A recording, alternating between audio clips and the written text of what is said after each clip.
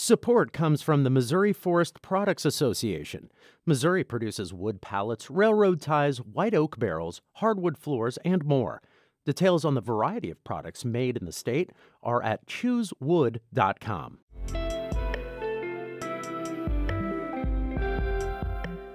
It's Monday, October 31st, and this is The Gateway. I'm Rod Milam, sitting in for Wayne Pratt. The schools where a gunman opened fire last week, killing 2 and injuring 7 others, will remain closed this week. St. Louis Public Schools announced Central Visual and Performing Arts High School and Collegiate School of Medicine and Bioscience will remain closed through at least November 4th. District officials had previously said virtual learning would start this week.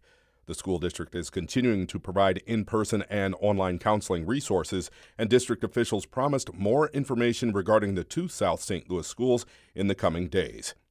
Meanwhile, a funeral mass is being held this morning for one of the 2 victims who died in the school shooting last week. Jean Kuczka was a teacher at the school, and she was 61 years old. This morning's funeral mass for Kuczka is at the St. Louis Cathedral Basilica in the Central West End. 15-year-old sophomore Alexandra Bell was also killed in the shooting. Services for her are coming up this weekend. A St. Louis young artist nonprofit joined with a North St. Louis church and trauma surgeon to promote healing from last week's fatal shooting. St. Louis Public Radio Sarah Fenton reports the St. Louis Story Stitchers this weekend visited a picnic at Sumner High School in the Ville. St. Louis Story Stitchers is a nonprofit of young people who combat gun violence through song, dance, and other forms of artistic expression. On Saturday, the group visited St. Philip's Harvest Festival. While kids jumped in a moon bounce, the artists performed original songs and dances that expressed the pain from the shooting at Central Visual and Performing Arts High School. Several members of the group, including youth program coordinator Brandon Lewis, are graduates of the school. When they hear a song that says exactly what they're feeling or that they can completely relate to, it makes them feel better because they know they're not alone. The picnic also featured a lecture from a trauma surgeon about the psychological effects of gun violence. I'm Sarah Fenton, St. Louis Public Radio. The newest data from the Centers for Disease Control shows Pike County, Illinois, is experiencing a high level of COVID-19 cases. The county, just south of Quincy, is one of 5 counties in Illinois seeing the elevated level. The CDC is recommending people in high-level counties wear masks when indoors in public, and people at high risk of getting very sick avoid non-essential indoor activities. The same data from the CDC shows most Missouri counties in the St. Louis area at the medium level, while the Metro East area counties and counties around Rolla are at the low level. Planned Parenthood is taking over the former Tri-Rivers Family Planning Center in Rolla tomorrow. The Title X Health Center will offer contraceptives, pregnancy tests, and other reproductive health services to residents throughout South Central Missouri. Haley Kramer was a nurse practitioner at Tri-Rivers before it announced it was closing after roughly 50 years of operation. It will stay on at the clinic after Planned Parenthood opens.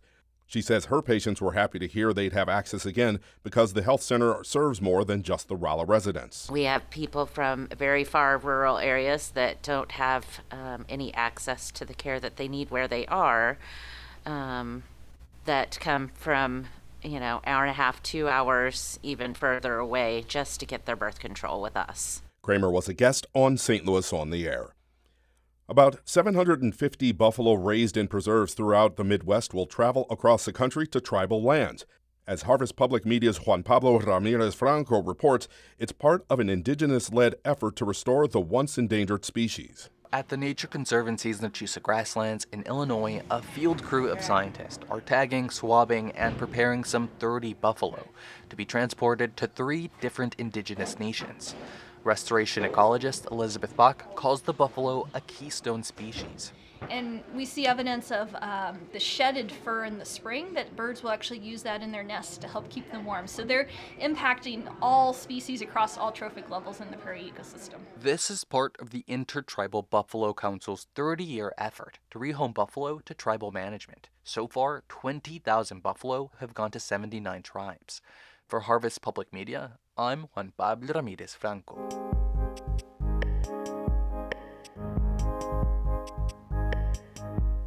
First published 177 years ago, Edgar Allen Poe's The Raven endures. The poem tells the story of the narrator's descent into madness as they deal with the grief of losing their beloved Lenore. Kirkwood resident and historical interpreter Ann Williams recorded the Raven for us, and St. Louis Public Radio producer Avery Rogers turned Williams' performance into a sound-rich production. So, on this Halloween, here's the Raven. Once upon a midnight dreary, as I pondered weak and weary, o'er many quaint and curious volume of forgotten lore, while I nodded, nearly napping, suddenly there came a tapping, as if someone gently rapping at my chamber door. To some late visitor entreating entrance at my chamber door. Only this and nothing more. Ah, distinctly I remember it was in the bleak December, and each separate dying ember wrought its ghost upon the floor.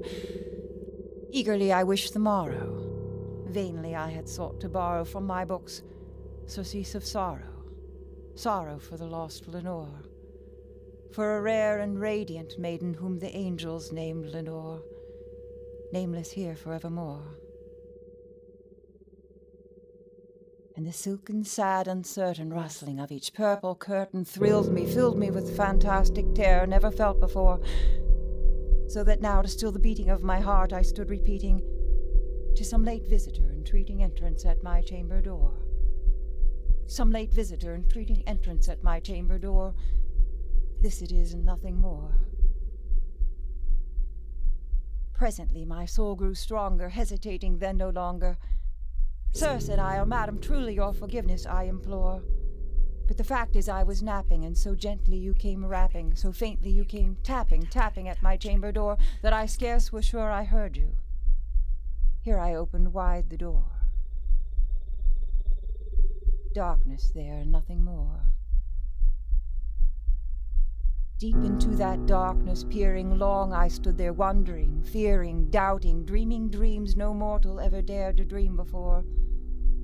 The silence was unbroken, and the stillness gave no token, and the only word there spoken was the whispered word, Lenore. This I whispered, and an echo murmured back the word, Lenore. Merely this and nothing more. Back into my chamber turning, all my soul within me burning, soon again I heard a tapping, something louder than before. Surely, said I, surely that is something at my window lattice. Let me see then what thereat is, and this mystery explore. Let my heart be still a moment, and this mystery explore. It is the wind and nothing more. Open here I flung the shutter, when with many a flirt and flutter, in there stepped a stately raven from the saintly days of yore. Not the least obeisance made he, not a minute stopped nor stayed he, but with mien of lord or lady, perched above my chamber door, perched upon the pallid bust of Pallas, just above my chamber door, perched and sat, and nothing more. Then this ebony bird beguiling my sad fancy into smiling, by the grave and stern decorum of the countenance it wore. Though thy crest be shorn and shaven, surely, I said, thou art no craven, ghastly grim and ancient raven wandering from the nightly shore. Tell me what thy lordly name is on the night's Plutonian shore. Quoth the raven, nevermore. Much I marveled this ungainly fowl to hear discourse so plainly, though its answer little meaning, little relevancy bore, for we cannot help agreeing that no living human being ever yet was blessed with seeing bird above his chamber door, bird or beast upon the sculpted bust above his chamber door with such a name as nevermore. But the raven, sitting lonely on that placid bust, spoke only that one word, as if his soul in that one word he did outpour. Nothing further than he uttered, not a feather than he fluttered, till I scarcely more than muttered, other friends have flown before. On the morrow he will leave me as my hopes have flown before. Quoth the raven, nevermore. Startled by the stillness broken, by reply so aptly spoken, doubtless, said I, what it utters is its only stock and store, caught from some unhappy master whom unmerciful disaster followed fast and followed faster, till his songs that burden bore, till the dirges of his hopes that melancholy burden bore of never, nevermore. But the raven, still beguiling my sad fancy into smiling, Straight I wheeled a cushioned seat in front of bird and bust and door.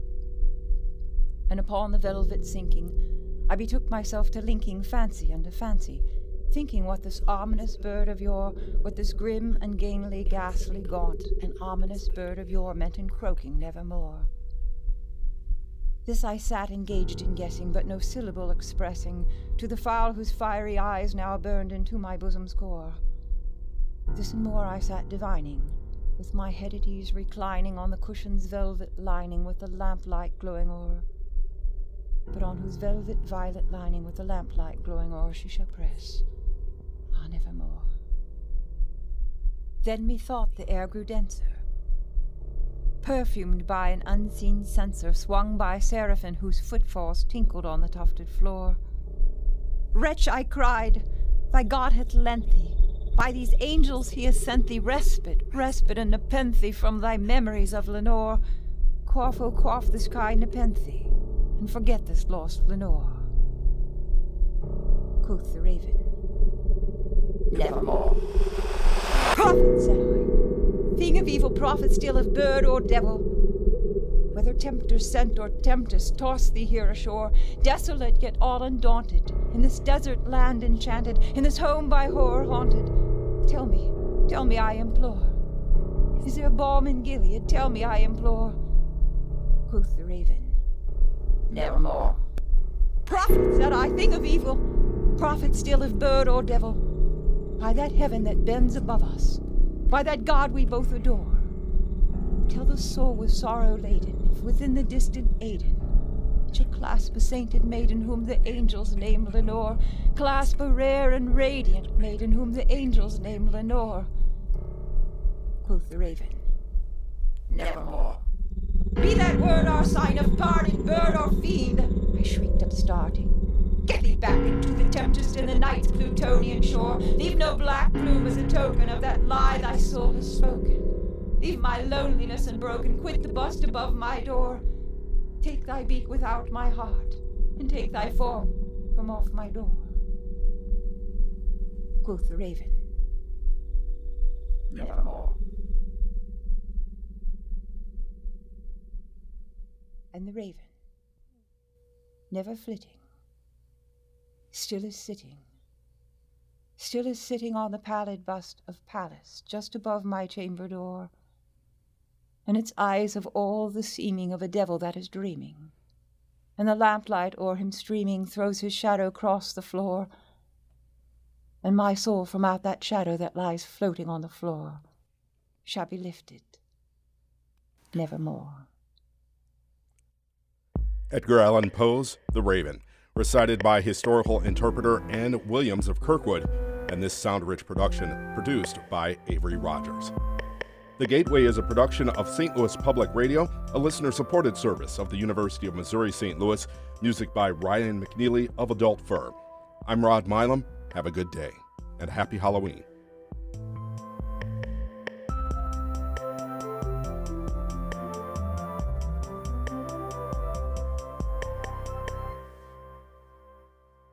Support comes from Mosby Building Arts, a design-build company committed to remodeling the right way. Visit callmosby.com to get project inspiration for any room of your house.